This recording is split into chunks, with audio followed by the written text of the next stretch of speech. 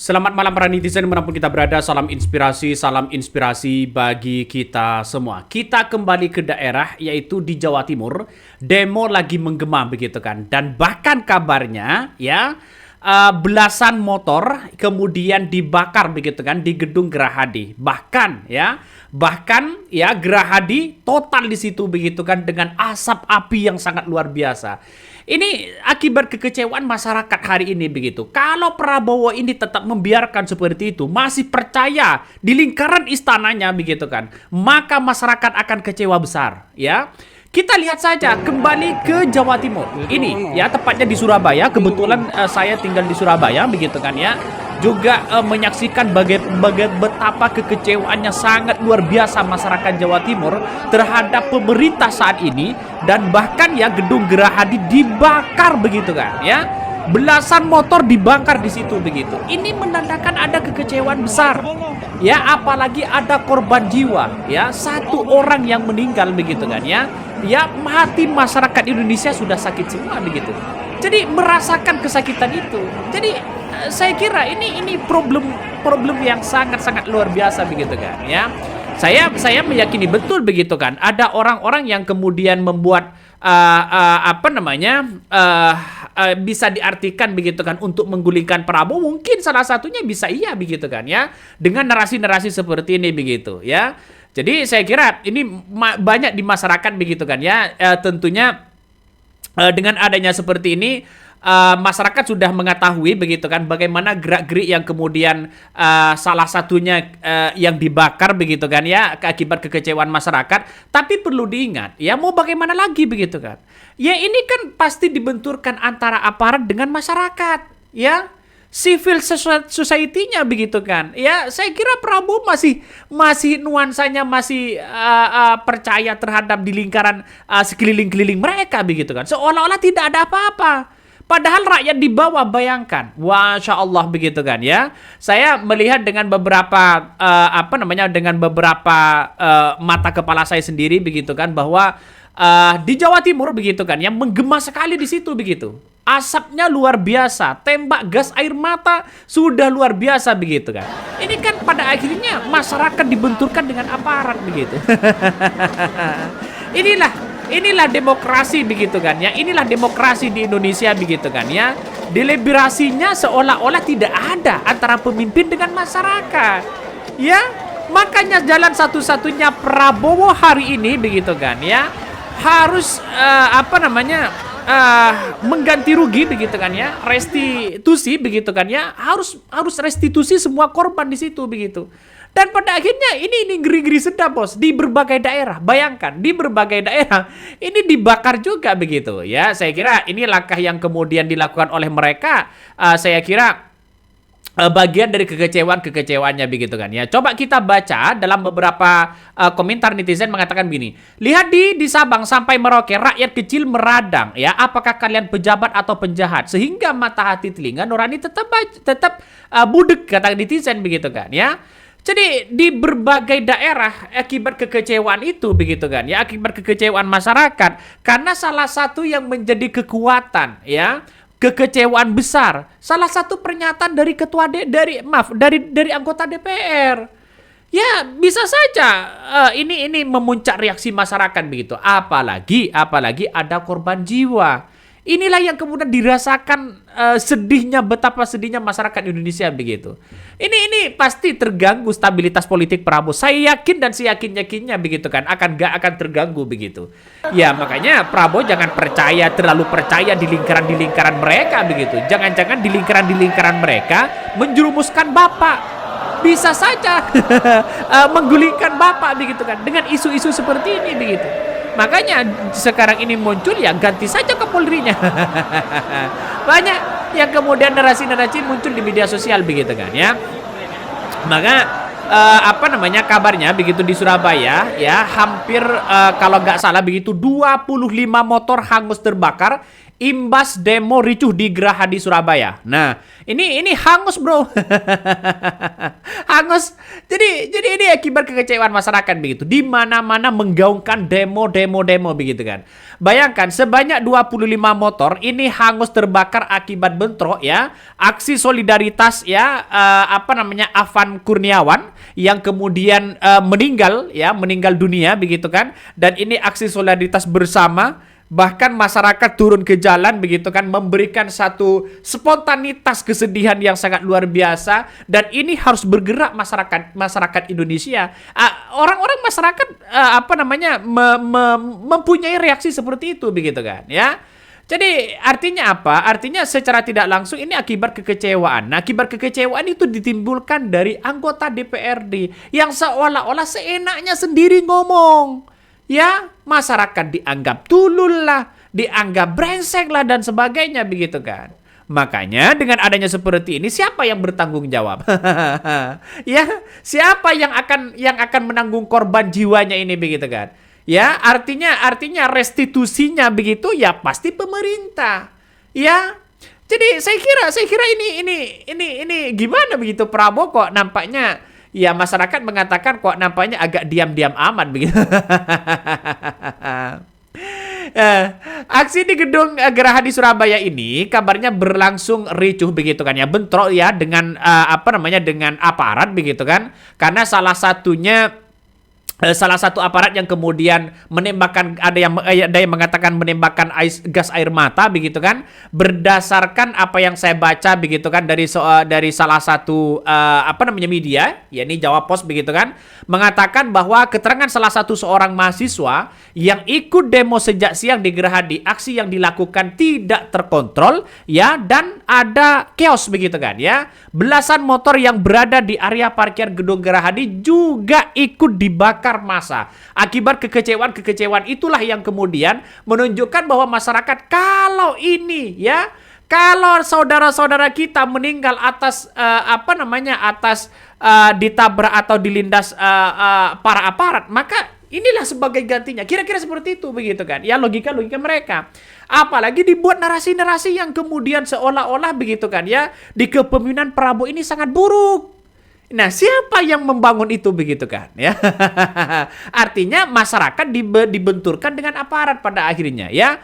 Belum setengah jam ya dari aksi gedung Gerahadi begitu kan ya, di gedung negara Gerahadi Surabaya ya, langsung bentrok begitu kan ya. Ratusan massa berpakaian hitam, mahasiswa dan masyarakat sipil turun ke jalan membawa poster bernada begitu kan ya, bernada satir menuntut keadilan atas tragedi begitu kan ya, ojol yang kemudian tewas yang dilindas mobil Brimob di Jakarta. Nah, poster TNI dan Polri begitu kan ya, nyali berani, Norani mati ya, bertuliskan poster seperti itu begitu kan ya. Jadi saya kira yang banyak justru melihat dengan apa yang kemudian saya saksikan begitu kan ya. Ternyata banyak bendera One Piece. Bendera One Piece ini banyak yang kemudian dibawa oleh mahasiswa begitu kan. Karena ini berpakaian hitam semua begitu kan. Jadi saya kira bahwa apa langkah selanjutnya begitu kan bagi para penegak hukum, para penegak bagi aparat begitu. Apa selanjutnya langkah yang kemudian yang akan dilakukan oleh pemerintah begitu kan ya. Kalau masyarakatnya demo besar-besaran, ini menandakan ada sesuatu yang genting. Negara kita tidak baik-baik aja begitu. Ya, jangan sampai Pak Kapolri, Pak Kapolda, mohonlah ayo dibereskan ini semua begitu kan ya. Jangan dibiarkan. Artinya apa? Artinya secara tidak langsung masih banyak begitu kan ya para aparat-aparat ya yang kemudian seolah-olah masih bengis terhadap rakyatnya sendiri begitu kan ya. Ada orang yang kemudian demo begitu kan ya, menyampaikan aspirasinya, ada yang kemudian masih dipukul mundur dan sebagainya. Ini kan ada kekecewaan besar pada akhirnya begitu. Jadi ini demo di mana-mana begitu kan, ngeri-ngeri sedap bos, ya ngeri-ngeri sedap. Maka orang-orang sekarang mau keluar ini pada takut semua begitu kan,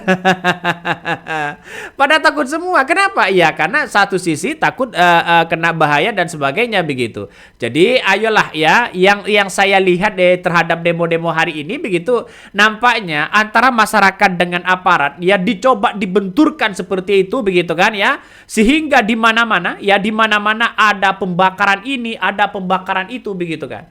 Apalagi gedung-gedung istana, baik di daerah dan sebagainya begitu. Lama-lama besok ini kabarnya akan demo lanjutan dan sebagainya begitu kan. Jadi artinya apa? Yang saya tahu betul bahwa demo hari ini nampaknya ya atas rasa kekecewaan